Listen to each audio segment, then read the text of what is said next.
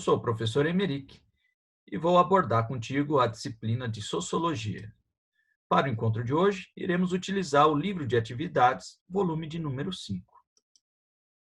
Vamos a um pequeno resumo daquilo que você estudou neste volume. Primeiro, houve uma abordagem sobre as faces da cultura. Primeiramente, você estudou o que é cultura, uma pequena definição cultural, né?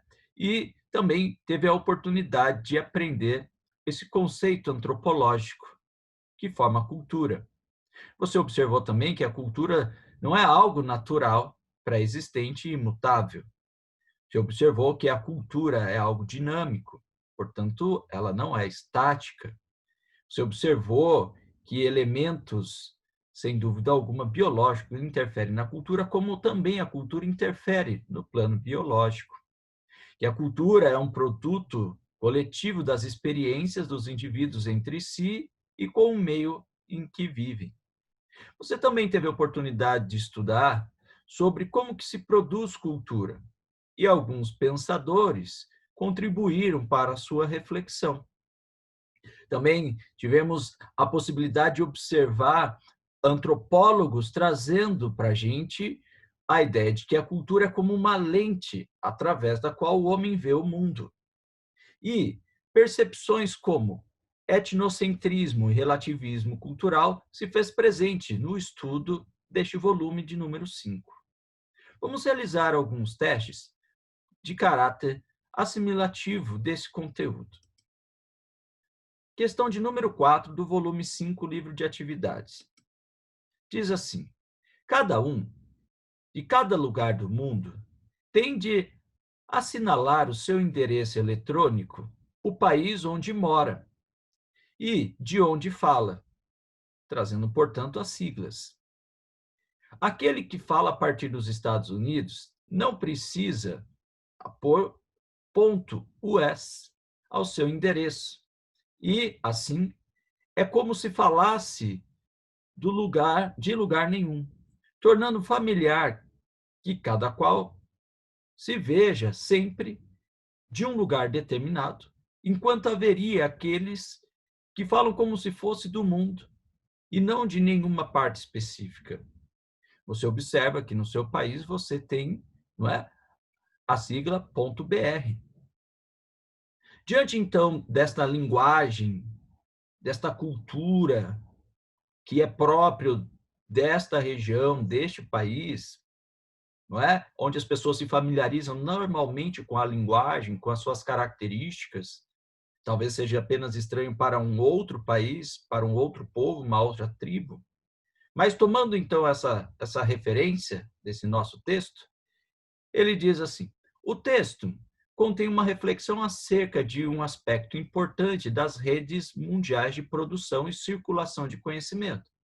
Então, está falando assim, ó, as redes mundiais de produção, ou seja, no nosso caso aqui, né, a parte eletrônica, a parte da internet, tem uma linguagem própria onde circula uma série de conhecimentos que é próprio daquela população. Segundo, então, o autor desse texto, as redes são marcadas pelos conceitos do quê? Do pluralismo, do autoritarismo, do nacionalismo ou etnocentrismo? Bom, como cada povo tende a produzir a marca da sua própria identidade, o gabarito possível é etnocentrismo, etnia, cultura, centrismo, centro. Todo povo acredita que a sua cultura é o centro das atenções. Todo mundo acredita que a sua cultura, porque marca os seus valores, seus costumes, sua identidade, tem qualidades superiores às das demais culturas. Por isso, a gente tende a expressar nos locais onde a gente vive características que são inerentes à nossa cultura e exaltamos isso. Então, é uma postura etnocêntrica. Questão 5. Traz assim para a gente. O relativismo, portanto, estamos tratando do conceito relativismo cultural, né? Não é só uma suspensão de juízo devido a não se encontrar critério decisivo para classificar as culturas. Ou seja, o relativismo vai relativizar o juízo, no sentido de que Nós não temos um critério único que defina cultura é isto. Por quê? Porque a cultura é produzida pelos homens. E os homens têm um modo de pensar, de agir, de se comportar diferente em cada época, em cada período, em cada região. É mais que isso, afirmar positivamente que uma cultura é tão válida como qualquer outra. Então, aqui, o caráter etnocêntrico de achar que a minha cultura é superior que a outra não cabe, porque todo povo vai acreditar que a sua cultura é melhor e superior que outra. Por isso, o relativismo cultural. Por ser uma experiência diversa que o ser social faz da sua humanidade. As culturas são variantes, porque mudam os tempos, mudam as gerações, as demandas, os valores, e elas vão sofrendo alterações. Olha a sua cultura hoje com a cultura do passado e de outros povos. As culturas são variantes, alternativas, distintos modos como o verbo ser homem é conjugado na sincronia do espaço e na diacronia da história. Então vamos às nossas afirmativas para fazer a reflexão. Item 1. A opção pelo relativismo cultural exige de cada um de nós abrir mão de suas convicções e valores pessoais para, assim, assumir a perspectiva do outro e compreender o mundo como um novo olhar. Não, né? A opção do relativismo cultural exige cada um de nós abrir mão das nossas convicções. Nós afirmamos as nossas convicções e os nossos valores. E cada povo assim o faz, por isso o relativismo. 2. A diversidade de comportamentos em uma mesma sociedade demonstra como a prática do relativismo não se aplica apenas no exercício da compreensão das culturas exóticas, mas principalmente no estranhamento diante do hábito e costumes tão diferentes dos nossos, mas tão próximos de nós. Então, lá, a diversidade cultural, né, a diversidade de comportamentos em uma mesma sociedade, ou seja, as pessoas não agem da mesma forma dentro de uma mesma sociedade. Elas possuem práticas diferentes porque elas têm entendimento de mundo de modo diferente. Então, não há a mesma compreensão, mesmo de culturas exóticas. Então, tá certo. 3. O processo de classificação de culturas é uma prática inerente à natureza humana. Ou seja, o homem tem, por sua prática, a necessidade ou desejo de classificar culturas, como sendo melhor, pior, mais evoluída, menos evoluída, pois a objetividade da evolução material e a complexidade da organização de determinados grupos se impõe hierarquicamente às culturas mais simples e menos desenvolvidas. Não, né? Então, o processo de classificação é uma prática inerente à natureza humana, da natureza humana, essa prática, e ainda a objetividade da evolução material e a complexidade de organização de determinados grupos se impõem hierarquicamente às outras culturas, porque elas são mais simples? Não, né? Então, o nosso gabarito aqui, apenas a nossa questão 2 está correta. Veja, a segunda parte do nosso material, que trata da diversidade cultural, trouxe para você uma reflexão sobre, então, o que é diversidade cultural. E aí se estudou conceitos como alteridade e multiculturalismo.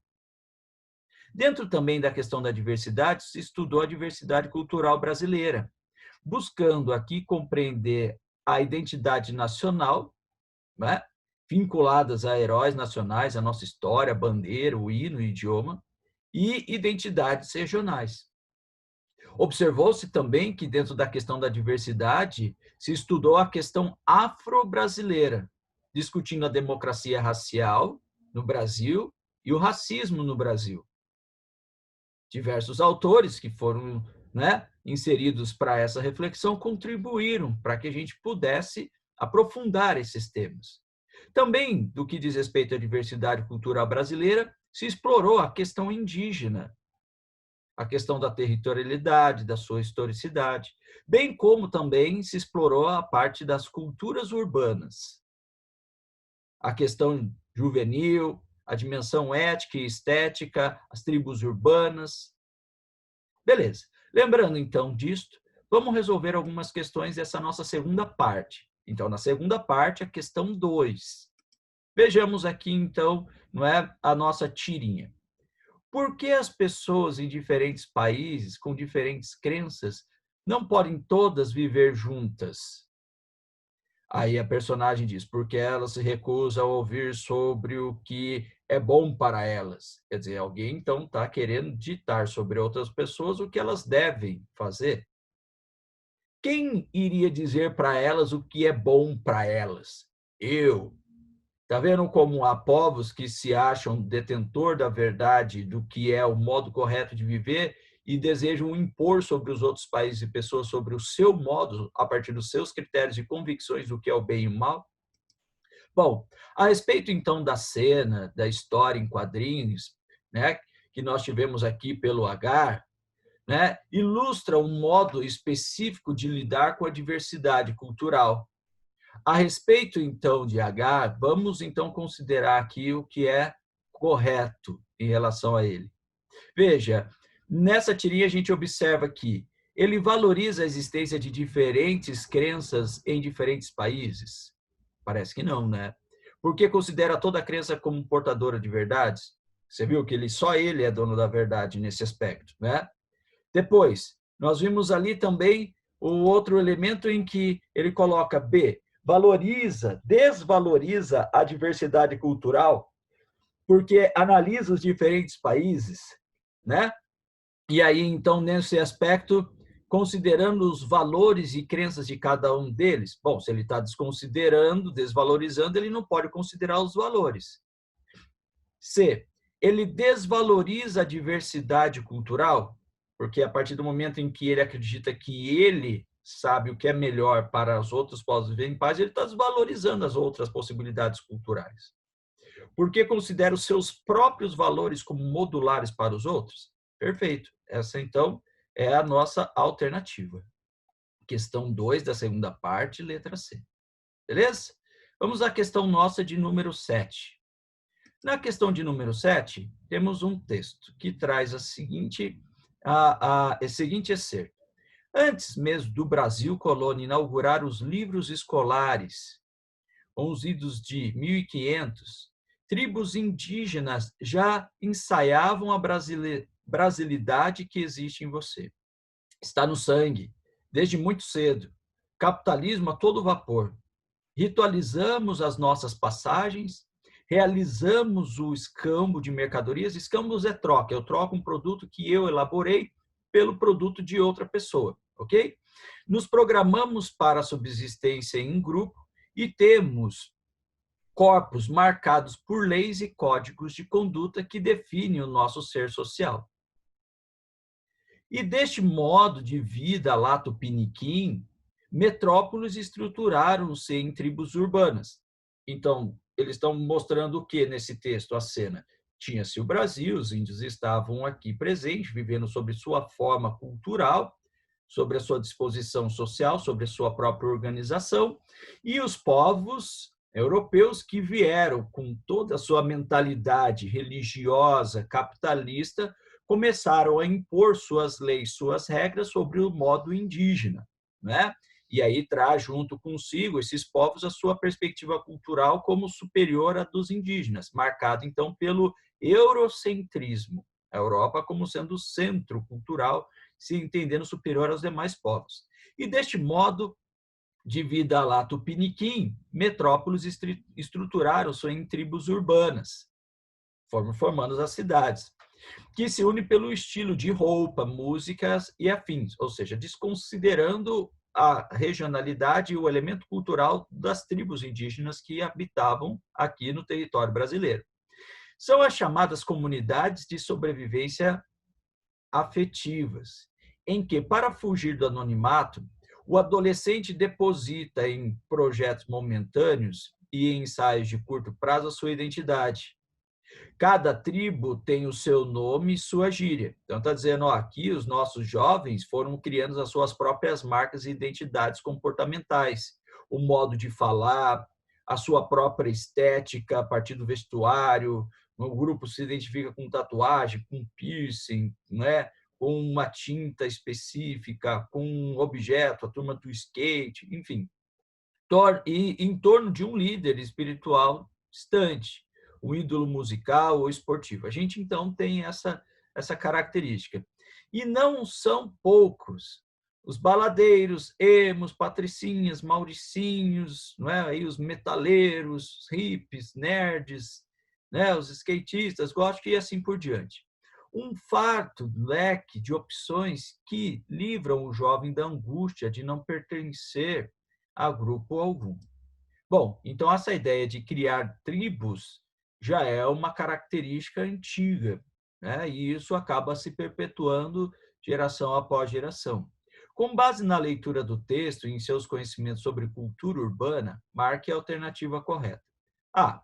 A juventude na contemporaneidade se caracteriza como sujeito de uma transição cada vez mais homogênea para a fase adulta, assumindo papéis sociais muito restritos à herança de gerações que antecedem? Não, né? B.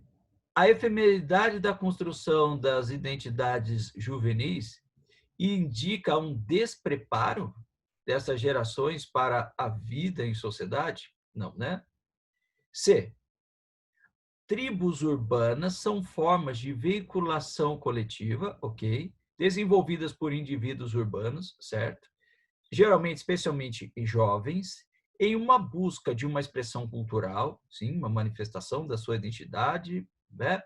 Na qual situam condições de manifestar sua individualidade em um meio a uma sociedade cada vez mais massificada. Então, é essa nossa aqui a alternativa. Então, questão 7 da segunda parte, o gabarito letra C. Vamos ver as outras duas aqui? D. O comportamento presente na junção dos jovens em torno de símbolos e manifestações externas de identidade social garante a divulgação de um perfil transgressor e criminoso? Opa, tá vendo aqui a falha?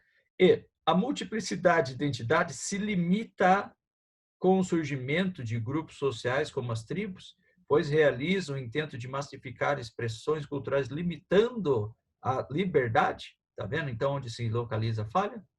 Então, beleza. Gente boa, espero ter ajudado vocês nessa parte da assimilação do conteúdo do volume de número 5 do livro de atividades. Nos vemos num próximo encontro. Até lá.